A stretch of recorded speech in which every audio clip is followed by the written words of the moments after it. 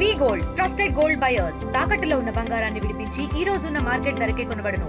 మరిన్ని వివరాలకు సంప్రదించండి 7710 అంటే మీ కుటుంబం కూడా కమ్యూనిస్టు ఉద్యమాల్లో కూడా అమ్మ నాన్న వాళ్ళు పార్టీకి సింపథైజర్గా వండుకుంటూ పార్టీ నాయకులకు ఆశ్రమించుకుంటూ రాజశేఖర రెడ్డి ఈ చర్చలు జరిపారు కదా, చర్చల ముందు ఏమైనా ఆ నష్టాలు చర్చల మూలంగానే జరిగిన చర్చలతోనే ఇది మొత్తం నామరూపాలు లేకపోతే పోయింది అనేది. ఎందువల్ల మీరు మళ్ళీ పార్టీ వీడాల్సిన పరిస్థితి ఎందుకు వచ్చింది? కొంత పెత్తందారి స్వభావము, అహంకారపూరితమైనటువంటి ధోరణి. Welcome to RTV. నేను మీ గయాజ్ని. వేముల వీరేశం రెండు తెలుగు రాష్ట్రాల ప్రజలకు సుపరిచితులు. ఆయన ఎక్కువ కాలం విప్లవ పార్టీల్లో పనిచేశారు. తర్వాత అజ్ఞాతములకు వచ్చి తెలంగాణ ఉద్యమంలో కూడా చురుగ్గా పనిచేశారు. ప్రస్తుతం ఆయన నకరికల్ నుంచి ప్రజాప్రతినిధిగా ఎన్నికవ్వడం జరిగింది. ప్రస్తుతం ఆయన నెల్లూరులో జరుగుతున్న నేషనల్ క్యారమ్స్ అవార్డు ప్రోగ్రాం ముఖ్య అతిథిగా హాజరవ్వడం జరిగింది. ప్రస్తుతం ఆయన మనతో ఉన్నారు. ఆయనతో మాట్లాడారు. సార్ నమస్తే. సార్ చెప్పండి, అసలు మీ కుటుంబ నేపథ్యం ఏంటి సార్? మాది నల్గొండ జిల్లాలో శాలిగవరం మండలం ఊట్కూరు విలేజ్. అమ్మ నాన్న వ్యవసాయ కుటుంబం. అంటే మీ కుటుంబం కూడా కమ్యూనిస్టు ఉద్యమాల్లో కూడా పాల్గొన్నారు. మీరు కూడా అంటే ఆ భావాలతోనే చిన్నప్పటి నుంచి విద్యార్థి దశల నుంచి అదే బాట నడిచారు. అంటే మా అమ్మ నాన్న వాళ్ళు కమ్యూనిస్టు ఉద్యమాల్లో పాల్గొనలేదు. మా ఊరు యానాల మల్లారెడ్డి అని తెలంగాణ సాయుధ పోరాటం నుంచి ఆ ప్రాంతానికి నాయకత్వం వహిస్తున్నటువంటి నాయకుడు. ఆయన ఊరే మా ఊరు. దాదాపు ఒక 40 years వరకు మా ఊళ్ళో ఎలక్షన్ లేదు. అప్పుడు సిపి గ్రూపు, నక్సలైట్ పార్టీ ఎవరు చెప్తే వాళ్ళు సర్పంచ్, ఎవరు చెప్తే వాళ్ళు ఎంపీటీసీ, ఇట్లా ఇనానిమస్గా ఎన్నికయ్యేది. అమ్మ నాన్న వాళ్ళు పార్టీకి సింపథైజర్గా వండుకుంటూ పార్టీ నాయకులకు ఆశ్రమించుకుంటూ వాళ్ళ పని వాళ్ళు చేసుకునేది. అట్లాంటి వాతావరణంలో మేము పెరిగినాం కాబట్టి ఆటోమేటిక్గా మా మీద ఆ విప్లవ రాజకీయాల ప్రభావం. అక్కడి నుంచి మేము బాల్య దశ నుంచి బాలల సంఘాలు, ఆ తర్వాత పీడిఎస్యు తర్వాత ఇటు రాష్ట్రీయ ఉద్యమాల్లోకి వెళ్ళేటువంటి క్రమం అనేటువంటిది ప్రారంభమైంది. సార్ అప్పుడు ఉమ్మడి జిల్లాలో పీడిఎస్ గుంటూరు జిల్లా కూడా మీరు పనిచేశారు.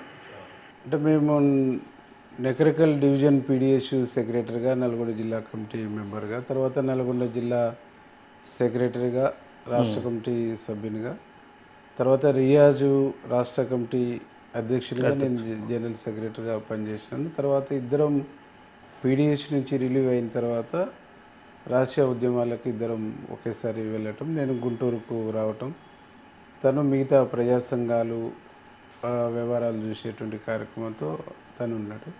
ఇట్లా ఇద్దరం ఒక్కొక్క రంగంలోకి ఒక్కొక్కరం వెళ్ళిపోయి. అంటే మీరు విప్లవాల పార్టీలో కీలకంగా పనిచేశారు. అదేవిధంగా ఆ పార్టీలో వెళ్ళడానికి కూడా ప్రజెంట్ అంటే బ్యాలెట్ వల్ల పేద ప్రజలు కానీ ఏది బాగుపడరు, ఏదైనా తుపాకీ గొట్టం ద్వారానే స్వరాజ్యం సాధించవచ్చు అనే ధీమాతో వెళ్ళారు. తర్వాత మీరు చాలా కాలం పార్టీలో పనిచేశారు, అజ్ఞాతంలో ఉన్నారు. తర్వాత మీరు తెలంగాణ ఉద్యమంలో వచ్చారు. ఎందువల్ల రావాల్సి వచ్చింది మళ్ళీ బ్యాక్? అంటే నేను 2008 జూలై 2వ తారీఖు నాడు అరెస్ట్ అయినాను. అరెస్ట్ అయ్యి 2009లో బెయిల్ మీద రిలీజ్ అయిన తర్వాత అప్పటికి కండిషన్ బెయిల్లో నేను కోర్టుకు అటెండ్ అవుతూ, పోలీస్ స్టేషన్లో కండిషన్ అటెండ్ అవుతూ సంతకాలు పెట్టుకుంటూ తిరుగుతున్నటువంటి క్రమంలో అక్కడ తెలంగాణ ఉద్యమము అప్పుడు బాగా ఉధృతంగా జరుగుతున్నటువంటి పరిస్థితుల్లో అప్పుడు సకల జనుల సమ్మె ఇవన్నీ కూడా బాగా సీరియస్గా యాక్టివిటీ నడుస్తుంది. ఆ నడుస్తున్నటువంటి క్రమంలో నకరికల్లు సెంటర్గా కొన్ని ఇన్సిడెంట్స్ జరిగినాయి. బట్ ఆ ఇన్సిడెంట్లో నాకు ఏం సంబంధం లేనప్పటికీ మళ్ళీ నన్ను అరెస్ట్ చేసి తీసుకెళ్ళి జైల్లో పెట్టడం, అక్రమ కేసులు పెట్టారు. మళ్ళీ 2-3 అటెంప్ట్ మర్డర్ కేసులు పెట్టేసి జైల్లో పెట్టారు. జైల్లో పెట్టిన నేను జైలుకి వెళ్ళిన 8వ రోజు మా నాన్న చనిపోవటం, నాన్న అంత్యక్రియలకు బెయిల్ మీద మళ్ళీ నేను బయటికి రావటం, బయటకు వచ్చేసిన తర్వాత మళ్ళీ పోలీసు వెంబడించడం, అంటే తన దాన సంస్కరణలు కూడా పార్టీ పద్ధతుల్లో జరిగి పార్టీ వాళ్ళు వచ్చేసి ఎర్ర జెండాలు కప్పేసి సంతాప సభ పెట్టి ఇవన్నీ అయిపోయిన తర్వాత మళ్ళీ రహస్యంగా ఉండేటువంటి నాయకత్వం హాజరైంది అనేటువంటి పద్ధతిలో మా ఊరి మీద రైడింగ్ చేసి ఒక గందరగోళమైన పరిస్థితి క్రియేట్ చేసినప్పుడు అప్పుడు పార్టీతో ఇంకా లింకు లేదు, నేను జైలు నుంచి బయటకు వచ్చేసినాను, ఏం చేయాలనేటువంటి ఆలోచన చేస్తున్నటువంటి క్రమంలో మా బ్రదర్ను మా ఊర్లో ఇంకో కొంతమందిని నేను కొంచెం సైడ్ వెళ్ళిపోయినాను. వీళ్ళని తీసుకుపోయి పోలీస్ స్టేషన్లో పెట్టి రోజు కండిషన్ కోసం వాళ్ళను నేను దొరికేంత వరకు ఉదయం సాయంత్రం మీరు స్టేషన్కి అటెండ్ కావాలని చెప్పేసి ఊరోళ్ళని ఇబ్బంది పెట్టి, ఆ క్రమంలో మాకు పార్టీ వైపు నుంచి దరిదాపులో కూడా లింకు లేనటువంటి పరిస్థితుల్లో అప్పుడు చాలామంది నెల్లూరు మన అంబేద్కర్ అన్న, హైదరాబాదులో చలకాని వెంకట యాదవ్, నల్గొండలో మా జి వెంకటేశ్వర్లు అడ్వకేట్ వీళ్ళంతా ఉంటారు. వీళ్ళందరూ సరే ఇప్పుడు మూమెంట్లో లేవు, బయట ఉంటే రాజ్యం నిన్ను ఉండనిచ్చేటువంటి పరిస్థితి లేదు. తెలంగాణ మూమెంట్ కూడా ఆ ప్రాంత ప్రజల ఆకాంక్ష కోసం నడుస్తున్నటువంటి మూమెంట్ కాబట్టి దాంట్లోనైనా కలిసి పనిచేస్తే సార్థకత ఉంటుంది కదా. మరి ఎటు కాకుండా పార్టీతో లింకులు లేనప్పుడు ఇట్లా ఎంతకాలం వ్యక్తిగా సైడ్ వండుకుంటూ ఉండగలుగుతావు అని చెప్పేసి చెప్పినటువంటి క్రమంలో అప్పుడు నేను టీఆర్ఎస్ జాయిన్ అయ్యి తెలంగాణ ఉద్యమంలో యాక్టివ్గా పాల్గొన్నాను. మీరు మామూలుగా పార్టీలో ఉన్నప్పుడు అంటే పీపుల్స్ పార్టీలో జనశక్తిలో ఉన్నప్పుడు మీ 2-3 సార్లు ఎన్కౌంటర్ నుంచి తప్పించుకున్నారు. ఎలాంటి సందర్భంలో జరిగింది? అంటే నేను పీడిఎస్యులో ఇంకా రిలీవ్ అయ్యేటువంటి క్రమంలో కరీంనగర్ అక్కడ ఒక మీటింగ్కి అటెండ్ అయ్యి నా క్రమంలో అక్కడ దళాల్లో ఉండేటువంటి అప్పుడు ఉన్నటువంటి నాయకత్వము మమ్మల్ని కలవటం కోసం పిలిపించేసినటువంటి క్రమంలో 2 రోజులు అక్కడే ఉన్నాము. అక్కడ ఉన్నటువంటి పరిస్థితుల్లో ఆ ఒక ఊరు నుంచి ఇంకొక ఊరుకు అల్వాస్పూర్ అనేటువంటి విలేజ్కి వెళ్తున్నాం. ఈవినింగ్ 5 అయింది. 5 గంటలకు ఆ ఊరికి వెళ్తున్నటువంటి క్రమంలో ఆ గుట్ట మేము దిగుతున్నాం. అక్కడి నుంచి కొంచెం కుక్కల సౌండ్ వచ్చింది. కుక్కల సౌండ్ వచ్చేసినటువంటి క్రమంలో కమాండరు కాషన్ ఇచ్చిండు. అందరము అలర్ట్ అయి ఉన్నాము. ఇద్దరిని ముందుకు పంపించేసి చెక్ చేపించేస్తే అక్కడ అనుమానాస్పదమైనటువంటి సౌండ్స్ రావడంతో మళ్ళీ ఇక్కడి నుంచి కాషను, అటు నుంచి కాషను.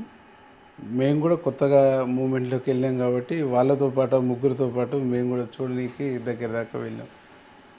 వెళ్ళిన తర్వాత వాళ్ళు తెలిసిన వాళ్ళలాగానే మాట్లాడుతున్నటువంటి క్రమంలో మీరు ఒకరు ముందుకు రండి, మీరు ఎవరు ఐడెంటిఫై చేసుకుంటామని బౌత్ సైడ్ నుంచి కాషన్స్ ఇచ్చుకుంటూ మాట్లాడుతున్న క్రమంలో అవతల వైపు నుంచి ఫైర్ ఓపెన్ అయింది. ఇక మళ్ళీ కౌంటర్గా ఇటువైపు నుంచి కూడా మేము ఫైర్ ఓపెన్ చేసేసి అట్లా ఒక ½ అన్ అవర్ ఫైర్ అయిన తర్వాత కొద్దిగా మేము రిట్రీట్ అయ్యి వచ్చినాం. వచ్చిన తర్వాత మళ్ళీ కొంత దూరం ప్రయాణం అవుతున్నటువంటి క్రమంలో ఇంకొక బ్యాచ్ అక్కడ అంబుష్ లాగా పెట్టేసి ఉన్నారు. అక్కడ మళ్ళీ ఒక రౌండ్ ఫైరింగ్. అదే రోజు 3 చోట్ల ఫైరింగ్ అయింది. ఆ ఫైరింగ్ నుంచి మేము బయటికి వెళ్ళి వచ్చేసినాం కొట్టుకుంటూ. పార్టీలో రియాజ్ ఉరఫ్ వెంకటేశ్వర్ మీకు మంచి సన్నిహితుడు, మీకు ఎలాంటి అనుబంధం ఉండేది ఇద్దరికి? అంటే మేము పీడిఎస్ రాష్ట్ర కమిటీలో ఉన్నప్పటి నుంచి బాగా దగ్గర అనుబంధం ఉండే. మా ఇద్దరికి కూడా గైడ్గా పీడిఎస్కు గైడ్ చేసేటువంటి దాంట్లో అంబేద్కర్ అన్న గారు ఉండేది. మేమిద్దరం కూడా సొంత బ్రదర్స్ లాగానే కలిసి ఉన్నాము. ఇద్దరం ఒకటేసారి తను ప్రెసిడెంటు, నేను సెక్రటరీ. మళ్ళీ రెండోసారి కూడా తను ప్రెసిడెంటు, నేను సెక్రటరీ. నేను కొద్దిగా పార్టీ యాక్టివిటీలో ఉన్నప్పుడు తన హైదరాబాద్ సెంటర్లో ఉండి ఐక్య కార్యాచరణ, విద్యార్థి సంఘాల ఐక్య సంఘటన దాంట్లో యాక్టివ్గా ఉండేటువంటిది. తర్వాత మళ్ళీ మేము పీడిఎస్ నుంచి పీడిఎస్ నుంచి మేము రిలీవ్ అయిన తర్వాత తను ప్రజా సంఘాలని చూస్తున్నటువంటి క్రమంలో తనకంటే 1 ఇయర్ ముందు నేను ఇటు గుంటూరు సెక్రటరీగా రావటం. ఆ తర్వాత మళ్ళీ తను కూడా రహస్యంగా వచ్చేసి చర్చల నాటికి తను కూడా నల్లమల్ల ఫారెస్ట్కి వచ్చేసి ఫారెస్ట్లో ఉండటం. అట్లా బయటలోన ఉద్యమాన్ని కొద్దిగా కోఆర్డినేషన్ చేసే దాంట్లో తను ఉన్నాడు. మేము కంప్లీట్ రాసే నెట్వర్క్లో మేము. రాజశేఖర రెడ్డి ఈ చర్చలు చెప్పారు కదా, చర్చల ముందు ఏమైనా అన్ని విప్లవ పార్టీలు మొత్తం చేసి ఏ నిర్ణయం తీసుకున్నారు? అంటే చర్చలకు వెళ్ళాలనుకున్నప్పుడు జనశక్తి, పీపుల్స్ వారు 2 పార్టీలు కలిసి చర్చలకు వెళ్ళాలనేటువంటి ఒక నిర్ణయానికి 2 పార్టీల మధ్య ఉత్తర ప్రత్యుత్తరాలు నడిచినటువంటి క్రమంలో 2 బలమైనటువంటి విప్లవోద్యమాలుగా కూడా రాజ్యం గుర్తించడం, ప్రభుత్వం గుర్తించడం, ఈ 2 పార్టీలతో కలిసి చర్చలు జరుపుతామని చెప్పేసి కూడా అప్పుడున్నటువంటి రాజశేఖర రెడ్డి ప్రభుత్వం అంగీకరించడంతో 2 పార్టీలు విడివిడిగా కాకుండా జాయింట్గా పోవాలనేటువంటి ఒక నిర్ణయంతో అటు పీపుల్స్ వార్ పార్టీ నుంచి 3 ప్రతినిధులు, జనశక్తి పార్టీ నుంచి 2 ప్రతినిధులు, ఒకరు అమరు, రెండొక వ్యక్తి రియాజ్, అటువైపు నుంచి రామకృష్ణ, గణేష్, సుధాకర్, లీగల్ ప్రతినిధులుగా వచ్చేసి లీగల్గా మధ్యవర్తులుగా ఉన్నటువంటి చల్లపల్లి శ్రీనివాసరావు, చంద్రన్న, అటువైపు నుంచి కళ్యాణ్ రావు, గద్దరు, వరవర్రావు అట్లా అని నిర్ణయించారు. ఈ నిర్ణయాలు కూడా 2 పార్టీలు కూర్చొని నిర్ణయించినటువంటి క్రమంలో నల్లమల్లనే నిర్ణయం చేసేసుకొని 2 పార్టీలు కూడా కలిసి ప్రభుత్వానికి లెటర్ రాయటం, ప్రభుత్వం నుంచి వచ్చినటువంటి సమాధానాన్ని కలిసి డిస్కషన్ చేయటం, మళ్ళీ కలిసి లెటర్ రాసేటువంటి ప్రక్రియ 2 పార్టీలు కూడా కలిసి చేయటం జరిగింది. సార్ ఓకే, అంతవరకు బాగుంది. అయితే ఈ చర్చల వల్ల పార్టీ బాగా నష్టపోయింది అంటారు, అది ఎంతవరకు కరెక్ట్? అంటే అప్పటికే బాగా నష్టాల్లో ఉన్నటువంటి క్రమంలో అప్పుడు ఉన్నటువంటి తెలంగాణలో ఉన్న అడవులు మొత్తం కూడా కొద్దిగా బాగా పలసబడిపోవటం, ఈ అడవులో నియరెస్ట్ కూడా రోడ్లు, ట్రాన్స్పోర్టేషన్ ఇవన్నీ కూడా పెరగటం, కుంబింగ్కి వచ్చినటువంటి టీమ్స్ కూడా ఒక రోజుల్లో ఇటు చివరి నుంచి అటు చివరికి అడవిని ఈజీగా దాటగలిగేటువంటి పరిస్థితి వచ్చేసినప్పుడు అప్పటికి ఇటు నల్లమల్ల కానీ ఇటు తెలంగాణ కానీ ఈ రెండింటిని కూడా వెకెట్ చేయాలి, ఇక్కడ లీగల్ యాక్టివిటీ తప్ప ఈ రాష్ట్ర నిర్మాణం అంత బలంగా నిలబడదు అనేటువంటి ఒక ఆలోచన వచ్చినటువంటి క్రమంలో చర్చలు జరిగింది. అప్పుడు అక్కడి నుంచి రిట్రీట్ అవుతున్నటువంటి క్రమంలో నష్టాలు జరిగినాయి తప్ప ఆ నష్టాలు చర్చల మూలంగానే జరిగినాయి, చర్చలతోనే ఇది మొత్తం నామరూపాలు పోయింది అనేది పొరపాటు. తెలంగాణ ఉద్యమం కోసం మీలాంటి వాళ్ళు చాలామంది పోరాటం చేశారు, తెలంగాణ ఉద్యమాన్ని సాధించారు. తర్వాత కేసీఆర్ ప్రభుత్వం ఏర్పడింది, మీరు కూడా ఎమ్మెల్యే చేశారు. తర్వాత ఎందువల్ల మీరు మళ్ళీ పార్టీ వీడాల్సిన పరిస్థితి ఎందుకు వచ్చింది?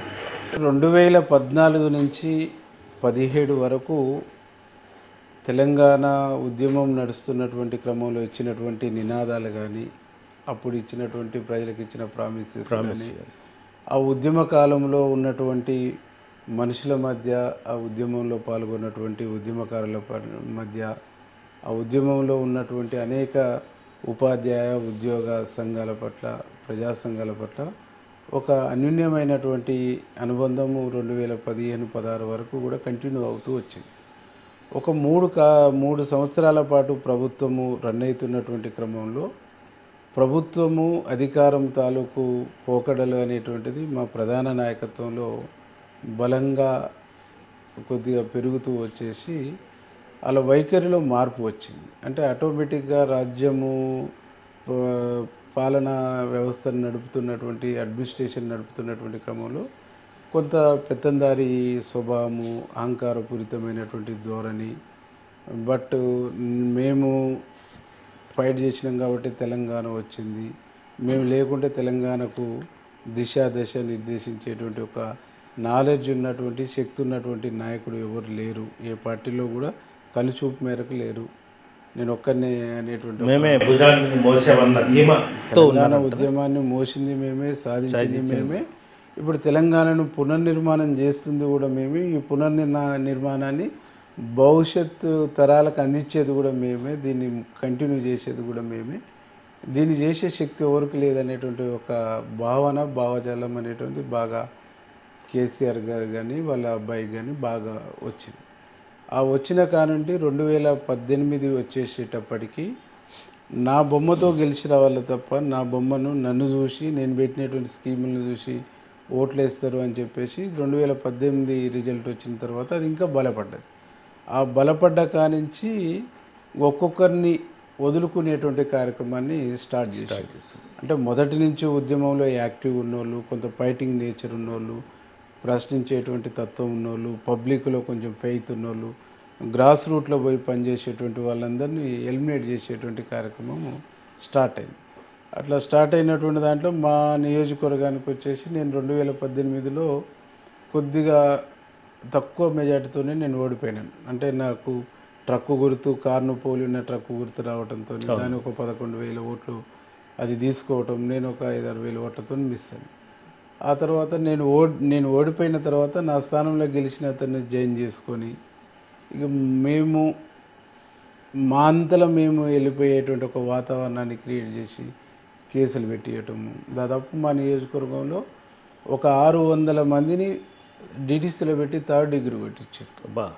నాతో ఉన్నందుకు, నాతో మాట్లాడి కలిసి నడుస్తున్నందుకు. ఇంకా చాలామంది నాయకుల్ని, ఎంపీపీని, సర్పంచ్ని, జెడ్పీటీసీని భయంకరంగా వేధించటం, భయంకరంగా ఇది చేయటం, కొద్దిగా కొంతమంది పట్ల పైన సానుకూలంగా ఉన్న మా జిల్లాకు సంబంధించినటువంటి నాయకత్వం బుల్లోజ్ చేసేటువంటి కార్యక్రమం ఉన్నది. ఆ పరిస్థితుల్లో చివరికి మాకు ఒక 25,000 మందికి మెంబర్షిప్ కూడా ఇవ్వాలి, 2 times పార్టీ సభ్యత్వం కూడా ఇవ్వాలి. దానికోసం కూడా డజన్ల కొద్దీ మాకు డజన్ల టైమ్స్ మాకు మెంబర్షిప్ ఇవ్వండి అని చెప్పేసినా కానీ ఇవ్వనటువంటి పరిస్థితుల్లో మాకు మేముగానే ఏదేమైనా ఇండిపెండెంట్గానే నిలబడి మనం ప్రజల నాయకత్వం వహించేసి ఇండిపెండెంట్గానే గెలవాలి అనే ఒక కాన్సెప్ట్తోని మా క్యాడర్ని కాపాడుకోవటం, మా శక్తి మేరకు ప్రజలకు సర్వీస్ ఇచ్చుకుంటూ రావటం జరిగింది. ఆ సర్వీసు ఇచ్చినటువంటి క్రమంలో మేము నిలబడ్డటువంటి తరుణంలో కాంగ్రెస్ పార్టీ వాళ్ళు ఎవరికి వాళ్ళు ఒంటరిగా ఉంటే అసలైన కొట్టలేము కదా, అందరం ఒక వేదిక కిందకి వచ్చేసి కలిసి ఫైట్ చేద్దామన్నప్పుడు పొంగులేటి శ్రీనివాసరెడ్డి గారు, జూపల్లి కృష్ణారావు గారు, మేమందరం కూడా కాంగ్రెస్ వైపు నిర్ణయం తీసుకొని 2023లో విన్ కావడం జరిగింది. అత్యధిక మెజార్టీ కూడా వచ్చింది, 90,000 68,000 చిల్లర. కాంగ్రెస్ పార్టీలో హైయెస్ట్ లీడ్. స్టేట్లో మీరే? కాంగ్రెస్ పార్టీలో స్టేట్లో నేనే లీడు. మొత్తము చూసుకుంటే నేను 4th ప్లేస్. ఓటు రేషియో చూసుకుంటే సిద్దిపేట ఫస్ట్, నేను సెకండ్.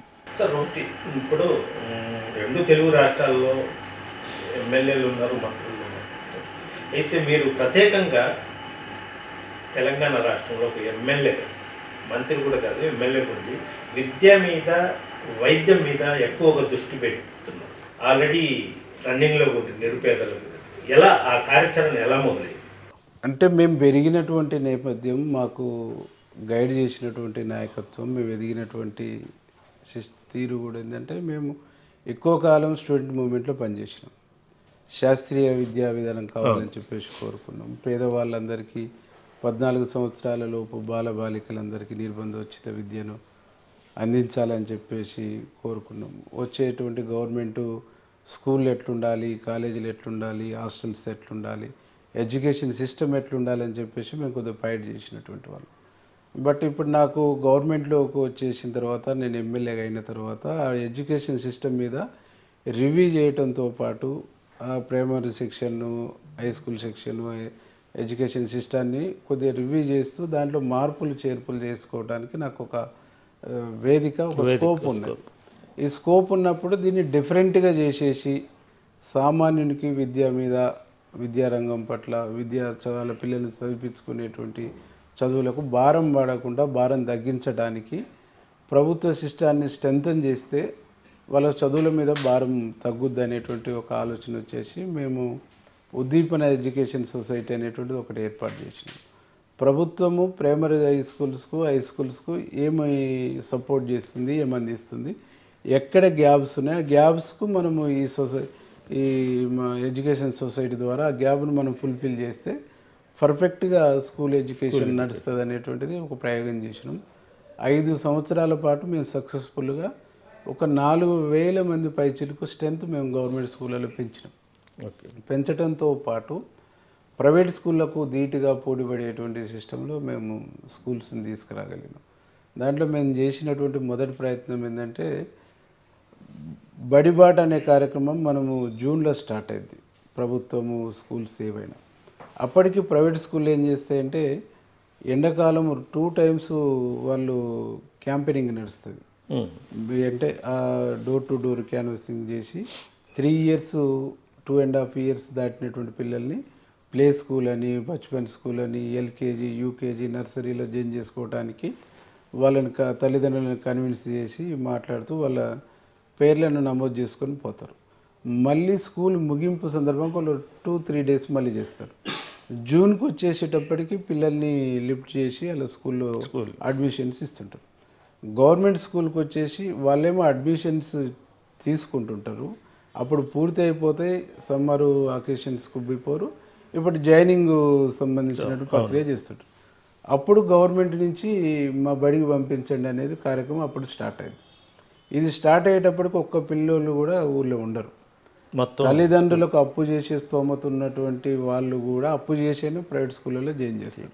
దానికి ఇంకో కారణం కూడా ఏంటంటే గవర్నమెంట్ స్కూళ్ళలోనే 5 ఇయర్స్ నిండినటువంటి వాళ్ళకే ఎన్రోల్మెంట్ ఉంటుంది. ప్రైవేట్ స్కూళ్ళకేమో 3 ఇయర్స్ నుంచే ఎన్రోల్మెంట్ ఇస్తారు. అంటే 5 ఇయర్స్ నిండినటువంటి వాళ్ళు అప్పు చేసే స్తోమత ఉన్నటువంటి వాళ్ళు కూడా గవర్నమెంట్ స్కూళ్ళలో కాకుండా ప్రైవేట్కి పంపుతారు. అప్పు చేసే స్తోమత లేనటువంటి వాళ్ళు మళ్ళీ తిరిగి అప్పు తీర్చుకునేటువంటి స్తోమత లేనటువంటి వాళ్ళు ఊరికి 5 మందో 10 మంది మాత్రమే గవర్నమెంట్ స్కూళ్ళలో జాయిన్ అవుతారు. దీంతో స్ట్రెంత్ తగ్గుతుంది. దాన్ని మేము పెంచాలనే దాంతో ఎల్కేజీ, యూకేజీ, నర్సరీని మేము గవర్నమెంట్ స్కూళ్ళల్లో స్టార్ట్ చేసినటువంటి క్రమంలో చిన్నపిల్లలు వచ్చారు కాబట్టి స్కావెంజర్స్ సమస్య ఉంది. అప్పుడు 200 పైచిలకు 150 పైచిలకు ఉండేటువంటి స్కూల్స్కు స్కావెంజర్స్ని ఏర్పాటు చేసుకోండి అని మేము ఆలోచిస్తున్నటువంటి క్రమం స్ట్రెంత్ అయితే తీసుకొచ్చినాము. స్కావెంజర్స్ ఏం చేద్దాం అనుకుంటున్న క్రమంలో కొన్ని పైలట్ ప్రాజెక్ట్స్ కింద తీసుకోండి అని గవర్నమెంట్ ఆలోచన చేస్తుంటే మా కలెక్టర్ గారు అప్పుడు బాగా సపోర్ట్ చేసి అన్ని స్కూళ్ళలకు మేము 1-2 స్కావెంజర్స్ని తీసుకున్నాం. అది మాకు కొంచెం సపోర్ట్ అయింది. Mid day meals first class పిల్లలకు మిడ్ డే మీల్స్ ఉంటుంది, వీళ్ళకు ఉండదు. ఇది ఏం చేయాలంటున్నటువంటి క్రమంలో మేము మళ్ళీ కలెక్టర్తో మేము డిబేట్ చేసి ఈ ప్రోగ్రామ్ను మొత్తం ఆయనకు ఎక్స్ప్లెయిన్ చేసిన తర్వాత తను కూడా ఇన్స్పైర్ అయ్యి అంగన్వాడీస్ వాళ్ళలో ఇలా ఎన్రోల్మెంట్ తీసుకొని అంగన్వాడీ నుంచి మిడ్ డే మీల్స్ ఇచ్చేటువంటి కార్యక్రమం అయింది. ఈ 2 కంప్లీట్ అయిపోయిన తర్వాత మా టీచర్స్ కావాలన్నప్పుడు గవర్నమెంట్ ఇచ్చే పరిస్థితి లేదు. మళ్ళీ మేమే విద్యా వాలంటీర్లను పెట్టి ఒక 120 మంది 130 మంది విద్యా వాలంటీర్లు పెట్టి వాళ్ళకు మొత్తం డబ్బు మేమే పెట్టుకున్నాం.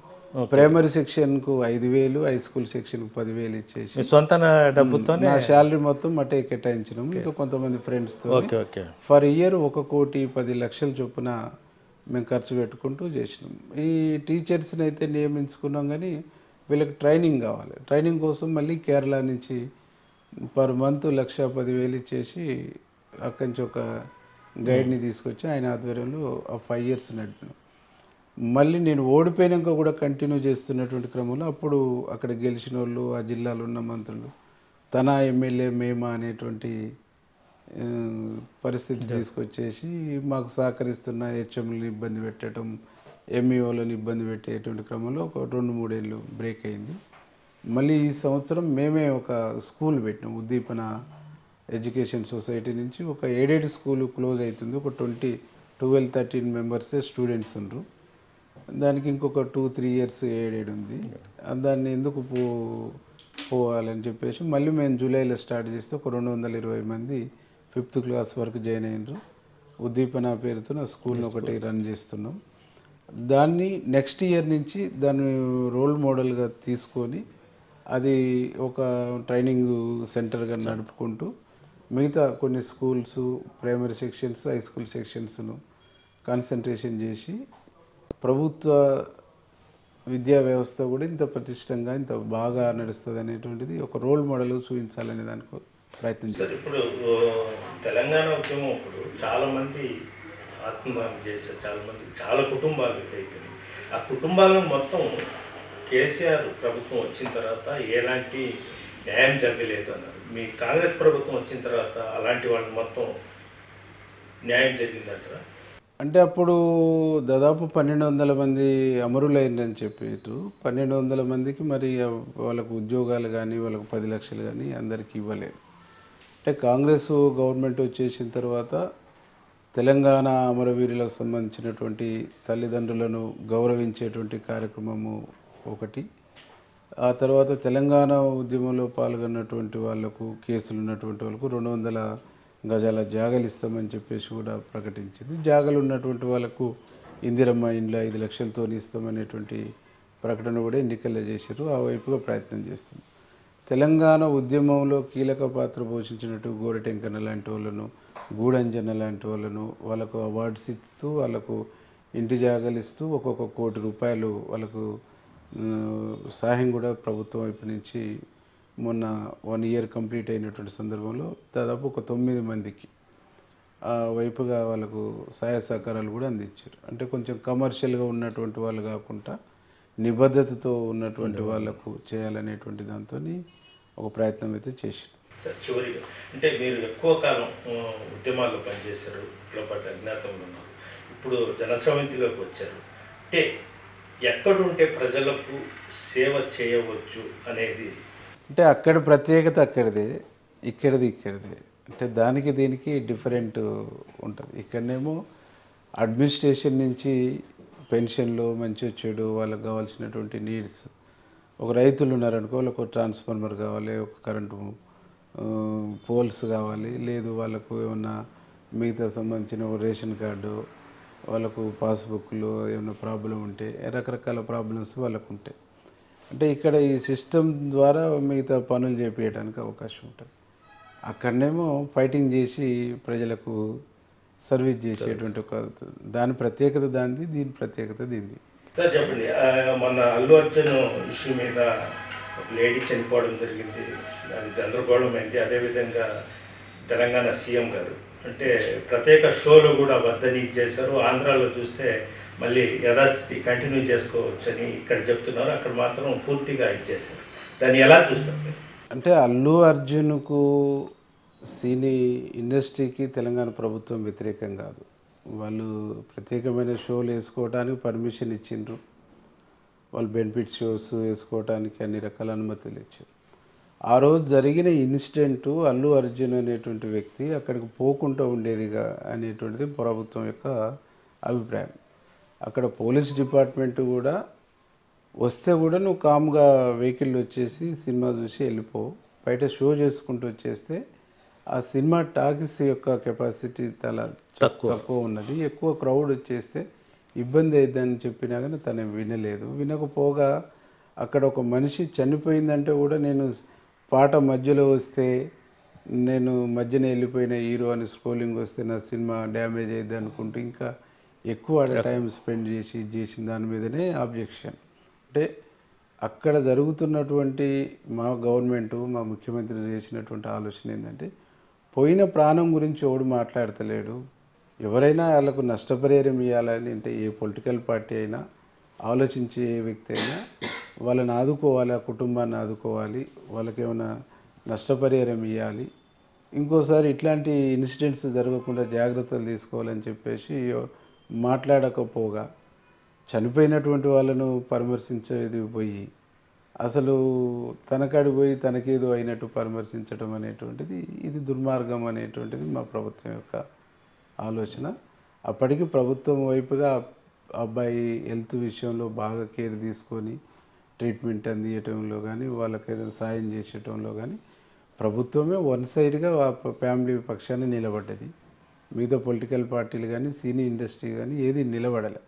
ఆ తర్వాత బయట జరుగుతున్నటువంటి చర్చ పబ్లిక్ కూడా రివర్స్ అవుతున్నటువంటి తీరుని చూసిన తర్వాత అప్పుడు సినీ పరిశ్రమ వచ్చేసి అట్లా జరిగేది కాకుండా ఉండే, అల్లు అర్జున్ హాస్పిటల్ పోయేది ఉండే, వాళ్ళని ఆదుకునేది ఉండే, ఇట్లా మాట్లాడేది కాకుండా ఉండే అని తర్వాత రియలైజ్ అయిన వాళ్ళు.